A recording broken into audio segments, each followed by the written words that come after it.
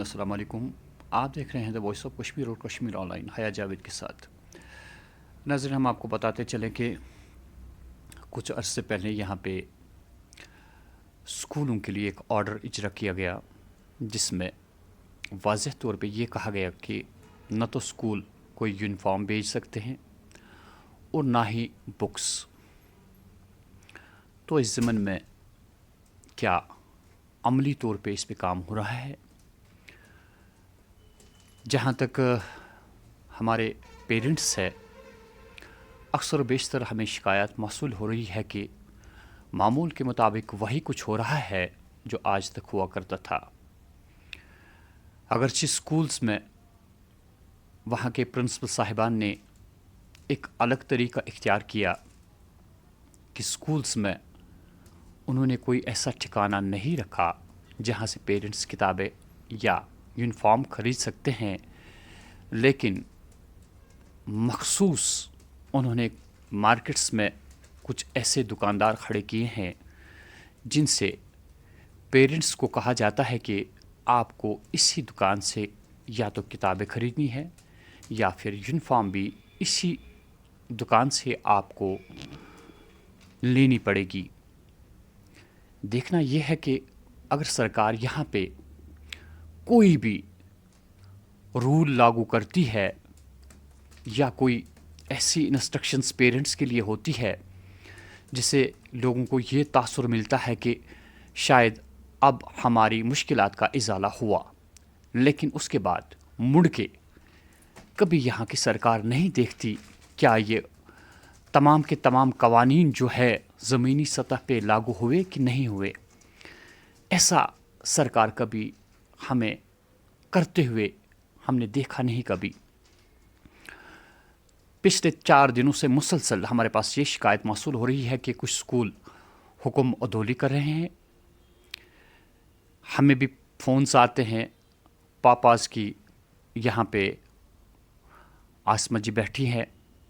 हमने चाहा कि शायद इनके पास भी कुछ शिकायत वसूल हुई होंगी।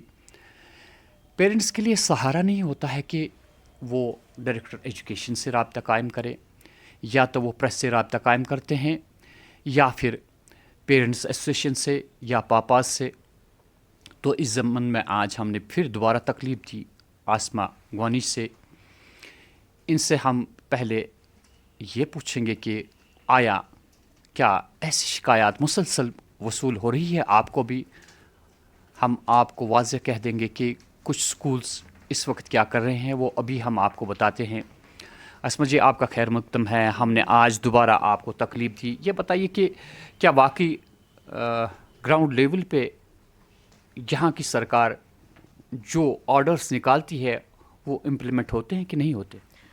ऑर्डर्स तो बहुत निकलते हैं भाई, लेकिन एक्चुअली क्या है, जो ग्राउंड लेवल पे सिचुएशन है, एक हर स्कूल की अलग सिचुएशन है। कुछ स्कूल जो हैं वो रूल्स को बाकायदा फॉलो करते हैं, कुछ लोग जो हैं वो स्कूल जो हैं वो मैनिपुलेट करते हैं ऑर्डर्स को। लाइक मुझे लगातार कंप्लेंट्स आई अलग अलग स्कूल से, और कुछ पेरेंट्स का ये कहना था कि ऑर्डर जैसे आया कि बुक्स चेंज नहीं होंगी या स्कूल प्रेमिसेस के अंदर आप बुक्स नहीं ले सकते।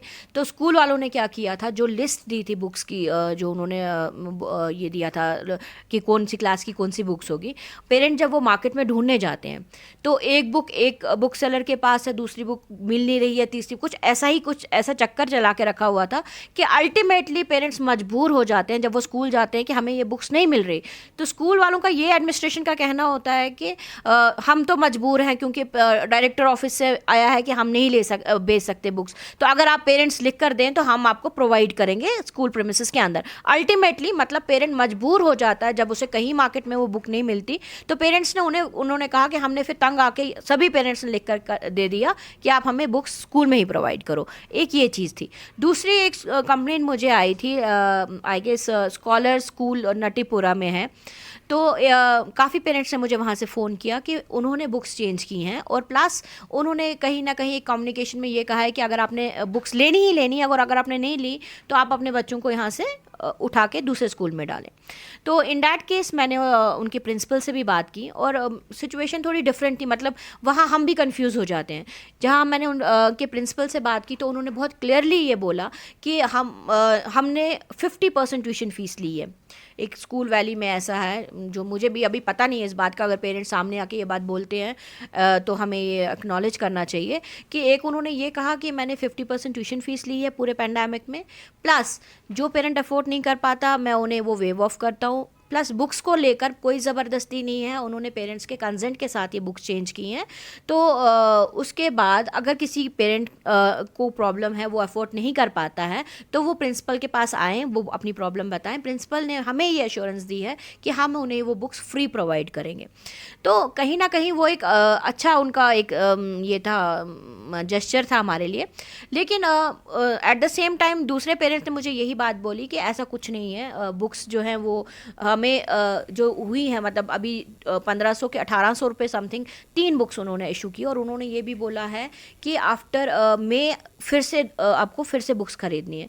तो कुछ समझ में नहीं आता, क्योंकि हमने डायरेक्टर ऑफिस में भी एक बार लिखा भी है ये, और हम फिर से अपील करते हैं कि जो भी स्कूल अपनी बुक्स जो भी वो इशू करना चाहता है, सबसे पहले वो उन्हें अप्रूव करवाना चाहिए डायरेक्टर स्कूल एजुकेशन से कि क्या वो बुक्स मतलब है नीडेड है में कि नहीं है। क्योंकि अपनी मर्जी से कोई भी पब्लिशर्स की बुक्स लेके, क्योंकि ये हम जानते हैं अब एक बिज़नेस बन चुका है, जहाँ हमारे गवर्नमेंट की तरफ से ऑर्डर है कि बोर्ड की बुक्स इशू होंगी फ्रॉम 5th क्लास।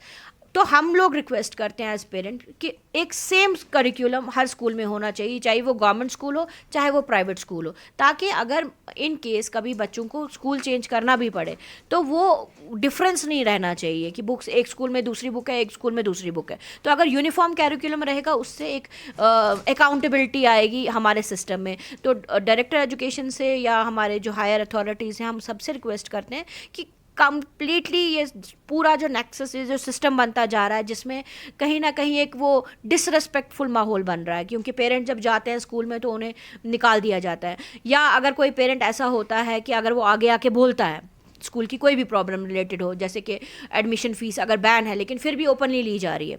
अब डीपीएस स्कूल की बात ले लें तो मेरे को एक पेरेंट ने फ़ोन किया, मैम इन्होंने हमसे लिए हैं लेकिन स्लिप के ऊपर रिफंडेबल लिखा है। तो कहीं ना कहीं वो खुद में ही कन्फ्यूजन होती है कि हमारा डिपार्टमेंट कहाँ पे है, कहाँ पे क्यों उन्हें अलाउ किया जा रहा है 70,000 से ऊपर जो अमाउंट वो ले रहे हैं एज कि आप ये सिक्योरिटी भरे। ये कहाँ का इंसाफ है, ये कहाँ पे ये सिक्योरिटी फीस किसने इनको अलाउ की। तीसरी चीज़ फ़ी हाइक को लेकर है कि स्कूलों ने अपने मर्ज़ी से, कुछ स्कूलों ने फ़ी हाइक की है। पीछे जो हमारा पहला अमाउंट जो उन्होंने इलीगली लिया है, अब FFRC जो है वो काम कर रही हैं माशाल्लाह। जो हमारे जस्टिस साहब हैं वो काफ़ी हद तक इनको अकाउंटेबल कर रहे हैं। लेकिन अफसोस यही होता है, जो मैंने पहले भी कहा है, कि पेरेंट्स जो हैं वो रिस्पॉन्सिबल हैं इस चीज़ के लिए भी, क्योंकि अगर बाकायदा तौर पे हमारे पास ऑर्डर्स होते हैं कि हमने एडमिशन फ़ीस नहीं देने हैं, एनुअल चार्जेस नहीं देने हैं जब तक स्कूल ना खुलें, या बस फीस नहीं देनी है, फिर भी स्कूलों ने ली है और फिर भी पेरेंट्स दे रहे हैं, तो पेरेंट्स आके बोलता है, वो भी अफसोस की बात है कि डायरेक्टर ऑफिस से भी कोई वैसा रिस्पॉन्स नहीं मिलता जैसी कमेटी होनी चाहिए कि मतलब ये तो हुई फ़ीसों की बात। जो राइट टू एजुकेशन है उसको वायलेशन होती है कि जब एक बच्चा स्कूल में एग्जामिनेशन फॉर्म लेने ये देने जाता है, एग्ज़ाम पेपर लेने जाता है, असाइनमेंट लेने जाता है, या क्लासरूम से उसको निकाला जाता है ऑन अकाउंट ऑफ उसने फ़ी नहीं भरी है, तो ये सरासर जुवेनाइल जस्टिस एक्ट के तहत ये सब वायलेशंस हो रही हैं। तो ये कहाँ है वो एक्ट, कमिटीज़ कहाँ पे हैं, वो कहाँ पे। और सबसे पहले अगर किसी बच्चे को हैरेसमेंट होती है या बुक्स को लेकर या किसी भी चीज़ को लेकर, तो एक आम आदमी, एक आम पेरेंट किसको फ़ोन करे। मतलब अभी मैं एज पेरेंट एसोसिएशन, अगर मैं अभी डायरेक्टर साहब को फ़ोन करूँगी वो फ़ोन नहीं उठाएंगे, तो ये तो एक पेरेंट की बात है, वो पेरेंट कहाँ जाएगा। तो जब तक उस बच्चे के दिमाग में वो डिप्रेशन हो जाए या कुछ हो जाए, तब तक हमारी कमिटीज़ कहाँ पे है, एडमिनिस्ट्रेशन कहाँ पे है। तो ये चीज़ हम लोगों को सीखने की ज़रूरत है और एडमिनिस्ट्रेशन को आगे आने की ज़रूरत है। यूनिफॉर्म कैरिकुलम और बुक्स को लेकर तो है ही जो चल रहा है अभी ये नेक्सस, बाकी जो वायलेशन हो रही है उसको लेकर भी जो कमेटी होनी चाहिए, फास्ट एक्शन ऑन रोड जिसको हम कहते हैं, वो नहीं है, वो लैकिंग हो रही है हमारे सिस्टम में। नाज़रीन, प्रोग्राम्स होते आ रहे हैं, इस पे बहस होती है, पेरेंट्स भी आते हैं, पेरेंट्स एसोसिएशन भी आती है, कुछ टीचर्स को भी बुलाया जाता है, लेकिन ज़मीनी सतह पे हमें नहीं लगता है कि जो पेरेंट्स चाहते हैं उन्हें वो सहूलियात बहाल होती है जो वो तवक्का करते हैं यहाँ की सरकार से। देखना ये है कि आसमा जी ने अभी एक स्कूल का जिक्र किया, स्कॉलर स्कूल है, नटीपोरा का स्कूल है ये। यहाँ से पेरेंट्स मुझे भी कॉल कर रहे थे कि वहाँ का जो प्रिंसिपल है उसने मखसूस एक दुकान खड़ी कर रखी है जहाँ से पेरेंट्स को कहा जाता है कि वहीं से किताबें खरीदे। दूसरी जानिब से 2 सेशंस में किताबें खरीदनी है, एक आपने आज खरीदनी है, दूसरा पता नहीं 6 महीने के बाद दोबारा आपने खरीदनी पड़ेगी। देखना यह है कि अभी आप 1500-1800 या 2000 तक किताबें दे रही है और 6 महीने के बाद आपने पहले ही पेरेंट्स को कहा के रखा है कि अब 6 महीने के बाद आपने और 2000 की किताबें लेनी पड़ेगी। और देखने वाली बात यह है कि डायरेक्टर ने ये वाज़ह कर दिया था कि आप सिलेबस चेंज नहीं कर सकते हैं। जब डायरेक्टर से इनकी बात हुई, उन्हें वाज़ह कर दिया कि नहीं जी, अब सिलेबस चेंज नहीं होगा। इन्होंने उसी स्कूल के प्रिंसिपल से बात की, उन्होंने कहा कि मैंने पेरेंट्स को कॉन्फिडेंस में लिया है पहले ही। भाई आप पहले डायरेक्टर से तो बात करो, फिर आप कॉन्फिडेंस में ले लो पेरेंट्स को। किसकी इजाज़त से आप ऐसा कर रहे हैं? एक सहूलियत होने वाली थी इस साल, सभी पेरेंट्स ने ये समझा था कि शायद माली हालात जो है वो काफ़ी ख़राब है, उस एतबार से सभी ने ये फ़ैसला लिया था। जहाँ तक मुझे मालूम है, मैं अपनी भी बात करूँ, यहाँ पे पेरेंट्स ने फ़ैसला लिया था कि जो भी स्कूल्स में बच्चे पढ़ते हैं एक्सचेंज करके वो किताबें लेंगे और सभी बच्चों के लिए ये आसानी पैदा हो जाएगी। लेकिन देखना ये है कि जब सिलेबस चेंज होता है तो आपको चारा ही नहीं है कि आपने मार्केट जाना है और किताबें खरीदनी पड़ती है। अब देखना है कि अगर इस स्कूल के प्रिंसिपल ने, स्कॉलर स्कूल के प्रिंसिपल ने इनसे वादा किया है कि जिस पेरेंट्स के पास कोई रकम नहीं है, वो अदा नहीं कर सकता, हम उनको फ्री किताबें देंगे। हम मोस्ट वेलकम करते हैं ऐसे प्रिंसिपल का। और ये भी उनका कहना है कि मैं 50% ही ट्यूशन फ़ी लेता हूँ। अब देखना ये है कि क्या वाकई ये हकीकत है या झूठ है। अब हमारी उस स्कूल के जितने भी पेरेंट्स हैं उनसे हमारी गुजारिश ये है कि आप जाइए प्रिंसिपल साहब के पास और उनको कह दीजिए कि आपने ये वादा किया है, आराम से जाइए। अब तो एक बात तो अपनी जगह है, लेकिन दूसरी बात सबसे बड़ी ये है कि मुसीबत तो ये खड़ी हो गई है, जो भी पेरेंट हमारे साथ बात करता है हम उससे कहते हैं कि आप हमारे सामने आ जाइए, लेकिन आसमा जी वो डरता है, वो डर है, उसको डर है। एक्चुअली ये एक मिथ बन चुकी है कि अगर हम आवाज़ उठाएंगे तो हमारे बच्चे कहीं आगे नॉमिनेट ना हो जाए या उनको कोई टारगेट ना करें। तो ऐसा कुछ नहीं है। मतलब सबसे पहले तो मैं यही कहूँगी, जैसे मैंने आपको कहा कि प्रिंसिपल से जब बात की तो बहुत पोलाइटली उन्होंने बात की और शायद मे भी देखना है आपसे पोलाइटली उन्होंने बात की, देखना है ये है कि क्या पेरेंट्स से वो ऐसे ही बात करते हैं। तो मैंने अब ये पेरेंट्स से भी कहा है और प्रिंसिपल से भी कहा है कि पेरेंट्स को मैंने कल यही बात बोली कि मैंने प्रिंसिपल से बात की है तो let's give him a fair chance कि अगर वो सच बोल रहे हैं तो पेरेंट खुद ब खुद आगे आके बता देगा कि क्या ये सच है या झूठ है। तो लेकिन कहीं ना कहीं जो पेरेंट्स के अंदर जो ये डर है आगे ना आने का, मैं एश्योरेंस देती हूँ, मैं हमेशा ये कहती हूँ कि हम हर उस पेरेंट के साथ खड़े हैं जो आगे सच के लिए खड़ा है। मतलब अननेसेसरली कोई आके रास्ते पे तो नहीं आएगा ना, जब कोई वायलेशन होगी या कोई गलत बात होगी तभी जाके वो आगे आते हैं। लेकिन कहीं ना कहीं जब हम ये बात आगे ले आते हैं एडमिनिस्ट्रेशन के सामने कि वायलेशन हो रही है या हो रहा है, ये हो रहा है, लेकिन एट द सेम टाइम जब एडमिनिस्ट्रेशन कहती है कि उस स्कूल के पेरेंट्स कहाँ हैं, तो पेरेंट्स सब अपने अपने ड्राइंग रूम में बैठ के फेसबुक पे सिर्फ कमेंट करना जानते हैं, लेकिन आगे आके बात करना नहीं जानते। तो ये बहुत अफसोस की बात है कि मतलब हमेशा मुझे कॉल्स आती है, मैम हमसे एनुअल चार्जेस लिए जा रहे हैं, हमसे बस फीस ली जा रही है। और दूसरा जो हमारे आपके थ्रू में ये आज ओपनली अपनी एडमिनिस्ट्रेशन से पूछना चाहती हूँ कि जो इन्होंने कहा है कि अभी हम एनुअल चार्जेस नहीं लेंगे जब तक स्कूल नहीं खुलते। आधे स्कूलों ने तो ले लिए हैं, और दूसरा जब स्कूल खुलेंगे तो वो जैसे कि उन्होंने बोला है कि प्रो डाटा बेसिस, लेकिन जब ऐसा होगा कि स्कूल्स जो हैं वो ये कहेंगे कि अब मार्च से अगर इंशाल्लाह स्कूल खुल गए तो उन्हें पेरेंट्स को सबसे पहले कहा जाएगा कि आप एनुअल चार्जेस दीजिए, और वो ये नहीं कहा जाएगा कि आप मार्च से दीजिए, वो ये कहा जाएगा आपको अक्टूबर से ही भरने हैं। तो ये चीज़ के लिए एडमिनिस्ट्रेशन को पहले से ही स्टेप्स लेने चाहिए कि एनुअल चार्जेस जो बोले गए हैं कि जो फ़ी फिक्सेशन कमेटी जो है वो जो फिक्स करती है वही वाले लिए जाए। दूसरा, जब फ़ी फिक्सेशन कमेटी कोई भी चार्ज इनका या बुक्स का या ट्यूशन फ़ीस का एनुअल चार्ज जो भी अमाउंट फिक्स करती है, सबसे पहले उधर के पेरेंट्स जो स्कूल के पेरेंट्स होंगे उनके साथ पूरी तरह कंसल्ट करके ही फिक्स होनी चाहिए।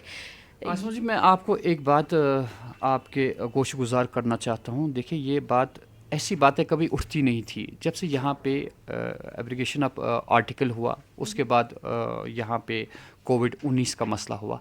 स्कूलों के मसाइल तब से ज़्यादा उभर रहे हैं। सबसे बड़ी बात यह है, ये मसाइल क्यों उभरे इस वजह से कि जो माली हालात लोगों की है बिल्कुल बिल्कुल वो ख़राब है। अलबत्ता मैं क्या वाज़ेह के तौर पे कह सकता हूँ, मैं आवाम के सामने भी ये कह सकता हूँ और पेरेंट्स भी ये जानते हैं, यहाँ के स्कूल इससे पहले दो हाथों लूटते थे पेरेंट्स को। क्या आप इस बात से इत्फाक करती हैं? बिल्कुल बिल्कुल। देखिए, अगर स्कूल आजकल अपनी मनमानियाँ करते हैं, वो तब करते हैं जब हम पेरेंट्स होने देते हैं।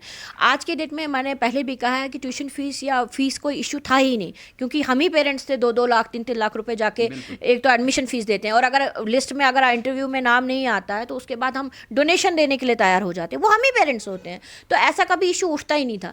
उठता ये है कि आज बड़े से बड़ा बिजनेसमैन हो या छोटे से छोटा एक ऑटो वाला हो, सबको माली हालात से गुजरना पड़ रहा है। जब से ये एब्रिगेशन हुआ या लॉकडाउन हुआ, तो एक ये जो पाइल अप हो गया और वहाँ से इनकम हमारी इफ़ेक्ट हो गई, जिसकी वजह से ये सारा सिस्टम जो है वो हिल गया।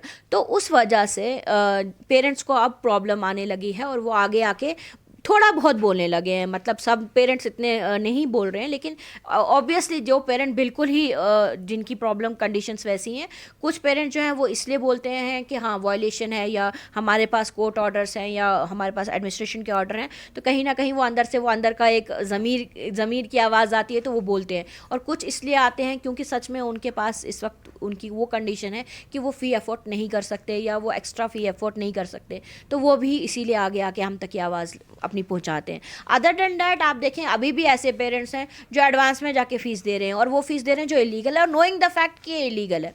और उसके बाद अगर कोई पेरेंट, एक पेरेंट भी अगर स्कूल का उठ के आगे आके लड़ रहा है कि एडमिशन फ़ीस रिफ़ंड होनी चाहिए या कुछ है, तो रेस्ट ऑफ द पेरेंट्स उसके साथ नहीं खड़े हैं। तो यही आयरनी है, और यही एक वजह है जिसकी वजह से ये जो स्कूल्स की मनमानियाँ चल रही हैं, या ये वायलेशन हो रही है, या हमारा डिपार्टमेंट काम नहीं कर रहा है, कहीं ना कहीं ये हम पेरेंट्स की लैकिंग की वजह से। यहाँ पे मैं एक बात और भी कहना चाहता हूँ कि वो ये सबसे बड़ी बात है कि जितनी भी पेरेंट्स किसी स्कूल में भी जितनी पेरेंट्स की एक बॉडी बनी होती है, उसमें कुछ पेरेंट्स ऐसे होते हैं जो वहाँ के प्रिंसिपल साहब के कुछ अपने बंदे होते हैं। वो वहाँ का जो भी उनका अपना कोई प्रिंसिपल है वहाँ पे, वो कोशिश करते हैं कि उसका तोड़ करें। वो तोड़ करते हैं, उन्हीं 4-5 बंदों से उनका तोड़ करते हैं। और अगर यहाँ पे इस स्कूल की बात करें कि यहाँ पे इन्होंने कहा कि हमने सिलेबस चेंज किया, हमने कॉन्फिडेंस में लिया पेरेंट्स को।